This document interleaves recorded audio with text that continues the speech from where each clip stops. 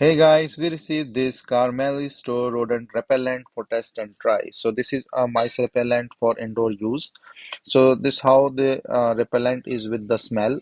This they make it with the natural stuff like peppermint oil or the other stuff, so that the when the mouse will smell this, um, and then they will just run away. So this peppermint smell is irritant to the mice, so that's how they work. So this comes in a really nice pouches, as you can see it here. So they are individually pouched, and this is the pack.